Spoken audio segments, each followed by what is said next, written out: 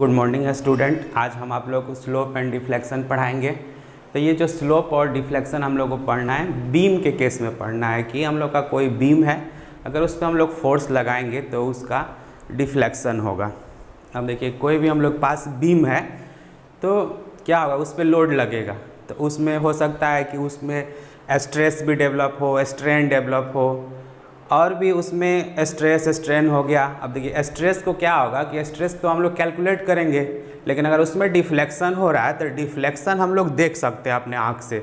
Deflection का मतलब क्या होगा, जैसे मान लीजिए देख लीजिए कि यहाँ पे कि ये बीम है, ये जो आप देख रहे हैं ये बीम है, इस पर हम लोग लोड दिए तो ये डिफ्लेक्ट हो गया। डिफ्लेक्ट हो गया मतलब कि इसमें कुछ डिस्टेंस से ये मुड़ गया, बेंड हो रहा है। तो ये अगर हम लोग का बीम है या कोई भी स्ट्रक्चर है, अगर ये हम लोग को दिख रहा है तो डिफ्लेक्शन को हम लोग देख लेंगे और इसको हम लोग मेजर्ड कर लेंगे, मेजर कर सकते हैं कि कितना होगा। लेकिन जबकि स्ट्रेस है, स्ट्रेस को हम लोग मेजर नहीं कर सकते, हम लोग केवल उसको कैलकुलेट करते हैं। तो हम लोग आज इसमें स्लोप एंड डिफ्लेक्शन पढ़ेंगे।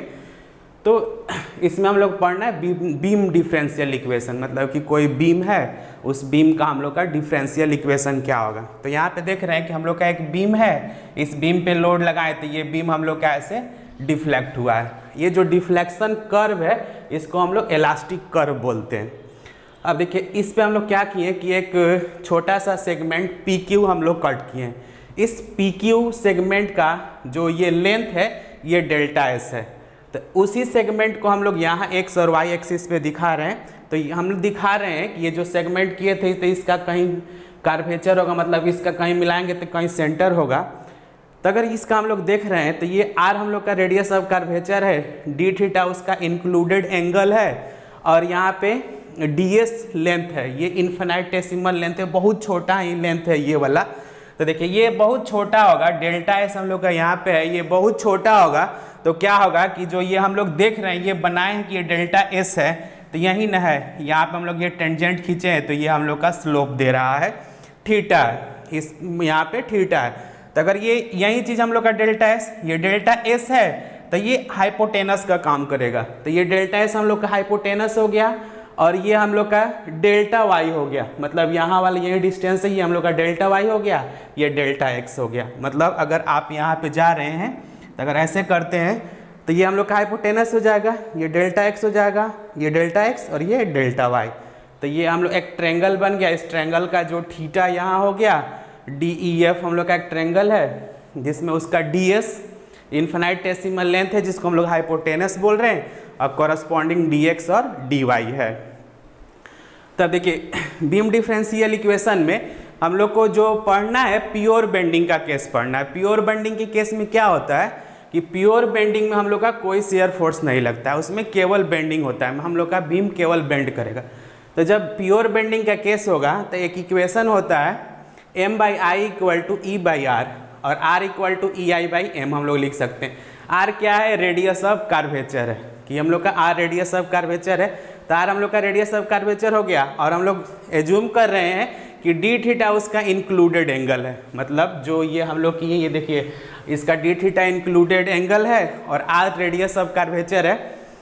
तो यहाँ से हम लोग डेल्टा S जो हो जाएगा RD थीटा हो जाएगा। यहाँ से अगर हम लोग डेल्टा S का बात करेंगे कि ये हम लोग का डेल्टा S है, तो आप RD थीटा इसको हम लोग लिख सकते हैं। आप जानते हैं कि थीटा = L/R होता है, तो डेल्टा S हम लोग का चाप हो जाएगा। तो यहाँ से हम लोग डेल्टा S = RD थीटा लिख सकते हैं। और ये जो ट्रेंगल है आपका DEF, इस ट्रेंगल से आप लिख सकते हैं कि हम लोग का जो tan थीटा होगा वो DY/dx होगा। और tan थीटा हम लोग क्या होता है, स्लोप होता है। तो स्लोप को हम लोग dy/dx लिखते हैं। अब देखिए, अगर ये जो इक्वेशन नंबर 1 है इसको x के रिस्पेक्ट में डिफ्रेंशिएट करेंगे हम, तो डिफ्रेंशिएट करेंगे तो क्या होगा, tan थीटा का sec स्क्वायर थीटा d/dx, और dy/dx को डिफ्रेंशिएट किए तो इसका डबल डिफ्रेंशिएशन हो गया, तो d2y/dx²। अब देखिए, इसको थोड़ा अरेंज कर लेते हैं। तो इसको अरेंज कर रहे हैं तो हम लोग sec square theta ds/r 1/dx, यहाँ से देख रहे हैं आपका d थीटा है, तो आप d थीटा को यहाँ से, यही ना d थीटा है, d थीटा को हम लोग लिख सकते हैं क्या, ds/r। तो d थीटा को हम ds/r लिखिए 1/dx d2y/dx²।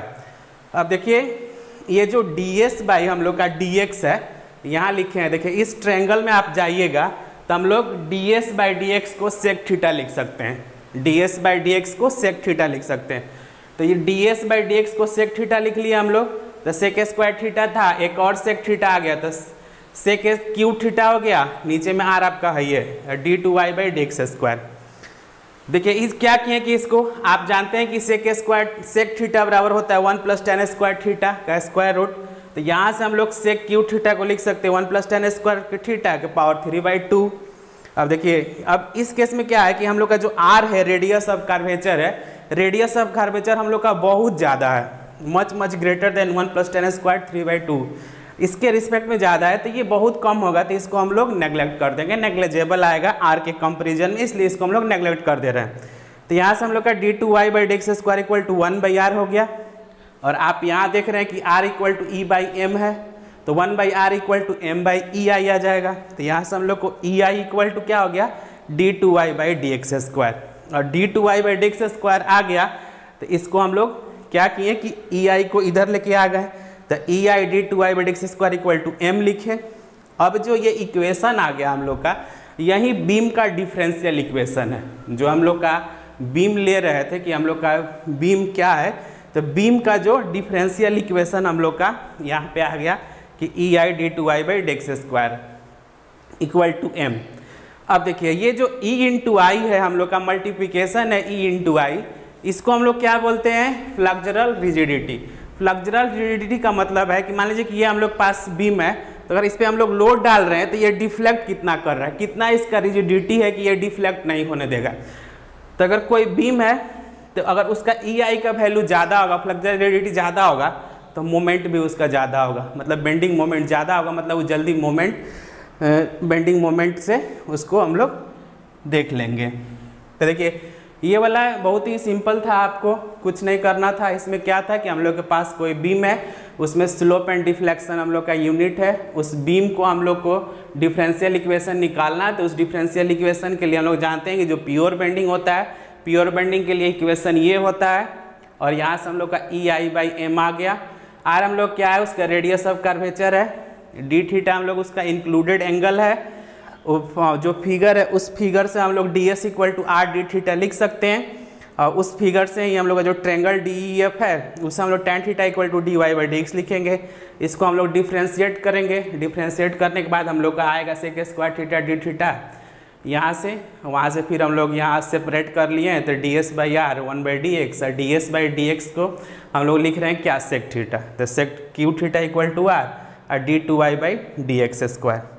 इसको सॉल्व किए हम लोग सेक थीटा बराबर 1 + tan स्क्वायर थीटा होता है कि पावर 3/2 हो जाएगा, और r मच ग्रेटर देन है इतना आपका 1 + tan स्क्वायर थीटा से, तो d2y by D x square equal to 1/r, तो हम लोग का m इक्वल टू e/i हो गया, हम लोग का m इक्वल टू e/i हो गया, तो ei equal to d2y by D x equal to m। इस इक्वेशन को हम लोग बोलते हैं बीम डिफरेंशियल इक्वेशन, और इसी इक्वेशन से जो भी हम लोग का बीम का क्वेश्चन होगा या आपको किसी भी तरह का इसमें न्यूमेरिकल्स होगा, इस न्यूमेरिकल्स इस इक्वेशन से हम लोग सॉल्व कर सकते हैं। अगर इस इक्वेशन को हम लोग सॉल्व करेंगे तो यहाँ से हम लोग सब बीम के किसी भी कंडीशन के लिए उसका स्लोप एंड डिफ्लेक्शन निकाल सकते हैं, और वहाँ पे हम लोग का e इंटू आई इसका फ्लक्चरल रिजिडिटी हो गया।